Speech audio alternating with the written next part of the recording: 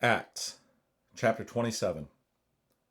And when it was determined that we should sail into Italy, they delivered Paul and certain other prisoners unto one named Julius, a centurion of Augustus's band. And entering into a ship of Adramyttium, we launched, meaning to sail by the coasts of Asia, one Aristarchus, a Macedonian, of Thessalonica, being with us. And the next day we touched at Sidon, and Julius courteously entreated Paul, and gave him liberty to go unto his friends to refresh himself. And when we had launched from thence, we sailed under Cyprus, because the winds were contrary.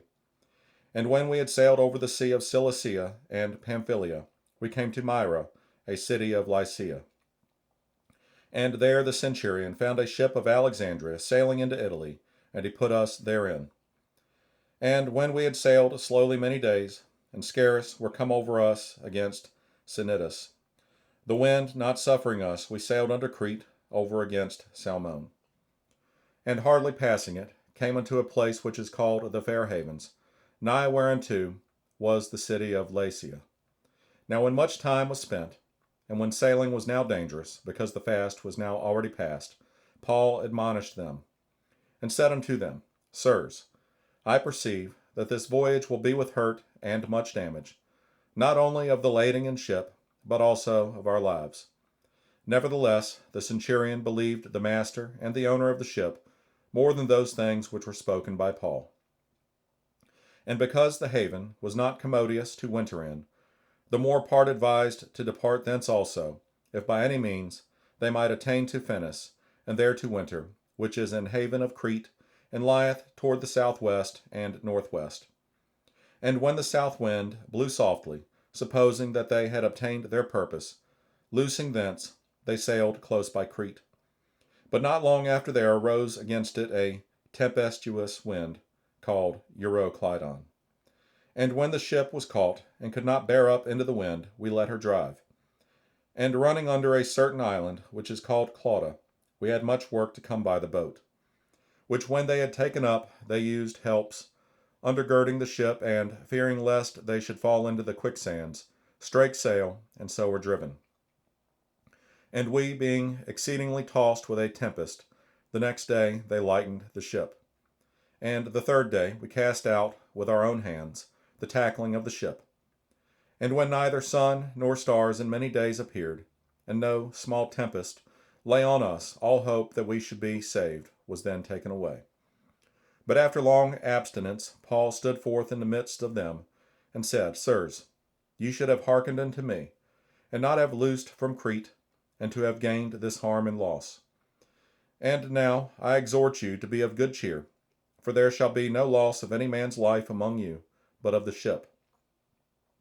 For there stood by me this night the angel of God, whose I am, and whom I serve, saying, Fear not, Paul, thou must be brought before Caesar, and lo, God hath given thee all them that sail with thee. Wherefore, sirs, be of good cheer, for I believe God, that it shall be even as it was told me. Howbeit, we must be cast upon a certain island. But when the 14th night was come, as we were driven up and down in Adria, about midnight the shipmen deemed that they drew near to some country, and sounded, and found it 20 fathoms. And when they had gone a little further, they sounded again, and found it 15 fathoms. Then fearing lest we should have fallen upon rocks, they cast 4 anchors out of the stern, and wished for the day. And as the shipmen were about to flee out of the ship, when they had let down the boat into the sea, under color, as though they would have cast anchors out of the foreship, Paul said to the centurion and to the soldiers, Except these abide in the ship, ye cannot be saved. Then the soldiers cut off the ropes of the boat, and let her fall off. And while the day was coming on, Paul besought them all to take meat, saying, This day is the 14th day that ye have tarried and continued fasting, having taken nothing. Wherefore, I pray you to take some meat, for this is for your health, for there shall not an hair fall from the head of any of you. And when he had thus spoken, he took bread, and gave thanks to God in presence of them all. And when he had broken it, he began to eat. Then were they all of good cheer, and they also took some meat. And we were all in the ship 203 60 souls. And when they had eaten enough, they lightened the ship, and cast out the wheat into the sea. And when it was day, they knew not the land, but they discovered a certain creek with a shore, into the which they were minded, if it were possible, to thrust in the ship. And when they had taken up the anchors, they committed themselves unto the sea, and loosed the rudder bands, and hoised up the mainsail to the wind, and made toward shore. And falling into a place where two seas met, they ran the ship aground, and the forepart stuck fast, and remained unmovable. But the hinder part was broken with the violence of the waves. And the soldiers' counsel was to kill the prisoners, lest any of them should swim out and escape.